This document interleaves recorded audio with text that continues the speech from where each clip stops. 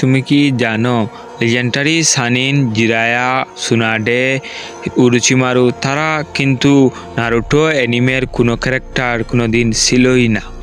Legendary সানিন, জিরায়া, সুনাডে, উরুচিমারু এই ক্যারেক্টারগুলো কিশিমোটো কোনো দিন নিজে বানান নাই।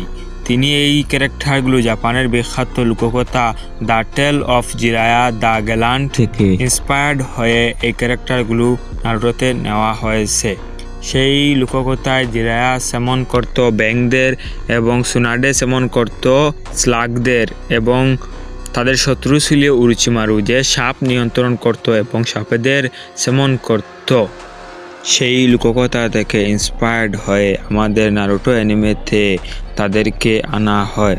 তাই আজ আমরা তাদেরকে আমাদের নারুটো অ্যানিমের ক্যারেক্টার হিসাবে পাই।